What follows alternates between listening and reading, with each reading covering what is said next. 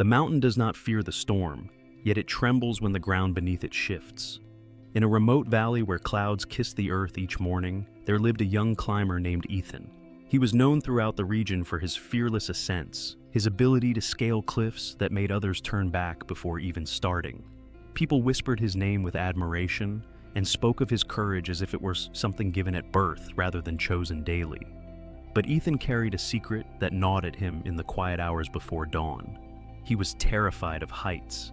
Every climb was a silent war between the person he showed the world and the trembling boy who still lived inside him, gripping the rock face not with confidence, but with desperate control. One autumn morning, Ethan agreed to guide a group up the highest peak in the region, a summit he had conquered 3 times before. The ascent began under clear skies, crisp air filling their lungs as boots found rhythm against stone. But halfway up, the weather turned vicious. Winds screamed across the mountain face, rain transformed to ice, and visibility collapsed to mere feet. Ethan's group looked to him for direction, trusting his reputation completely. But in that moment, as he clung to freezing rock with water streaming down his face, Ethan's carefully constructed mask shattered. His hands began shaking uncontrollably. His breath came in panicked gasps. The height that he had pretended not to fear suddenly became unbearably real, and he froze completely, unable to move up or down. His group had to rescue him. They descended through the storm, with Ethan being guided by the very people who had paid him to lead them to safety. The humiliation was crushing, but worse was the undeniable truth he could no longer hide from.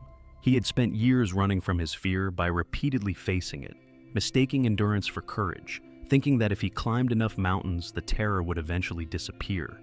It never had. For weeks after, Ethan avoided the mountains completely. He would wake and look at the peaks through his window, feeling like an exile from his own identity. His reputation crumbled. Former clients found other guides. Friends stopped asking about his next expedition. The person he had built himself into seemed to dissolve like morning mist, leaving only the frightened core he had been trying to escape.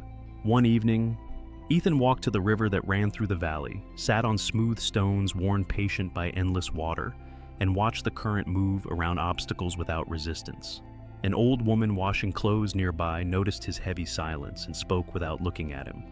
"The river is not brave," she said quietly. "It simply knows its nature and flows accordingly. Your mountains have been teaching you the wrong lesson." Ethan looked at her, confused. She continued, "You thought facing your fear meant conquering it, but true courage is not the absence of fear. It is the honest acknowledgement of it, the willingness to say, 'I am afraid,' and choose your path from that truth rather than from pretense." Her words settled into him like seeds in fertile ground. Over the following months, Ethan began a different kind of journey. He started teaching climbing to children, not on dangerous peaks, but on small practice walls where fear could be met gently. When students would freeze in panic, he would tell them something revolutionary. "It's okay to be scared. Fear means you're paying attention. Now let's decide together what to do with that information." He stopped presenting himself as fearless and began sharing his actual experience, the racing heart, the sweating palms, and the voice that whispered retreat. And something unexpected happened. His honesty gave others permission to acknowledge their own fears, and in that shared vulnerability, they found actual courage rather than hollow bravado. One spring morning, Ethan stood again at the base of the mountain that had broken him. But this time he had no audience to impress, no reputation to maintain. He climbed slowly, acknowledging each surge of fear without judgment, resting when his body demanded it, turning back when conditions grew dangerous rather than pushing through to prove something. Halfway up, where he had frozen during the storm, Ethan stopped and sat. The view was extraordinary. Valleys spread below, clouds moving like living things, light breaking through in golden shafts. He realized that fear had not been his enemy, but his body's honest response to real danger, and that ignoring it had never been strength, but a different form of cowardice.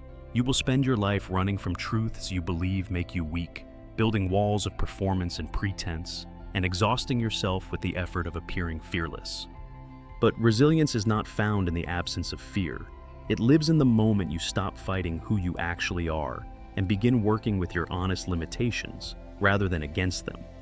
The bravest thing you will ever do is whisper the truth you've been hiding and discover that vulnerability was never weakness, just the foundation upon which real strength is built. If this story touched something deep within you, give it a like and share your thoughts in the comments below. What fear have you been pretending doesn't exist? What would change if you acknowledged it honestly? Your courage to share might inspire someone else to stop running and finally face their truth. Subscribe to Universal Life Stories for more powerful tales that awaken the strength you didn't know you had. Until next time, remember that real courage begins the moment you stop pretending to be fearless.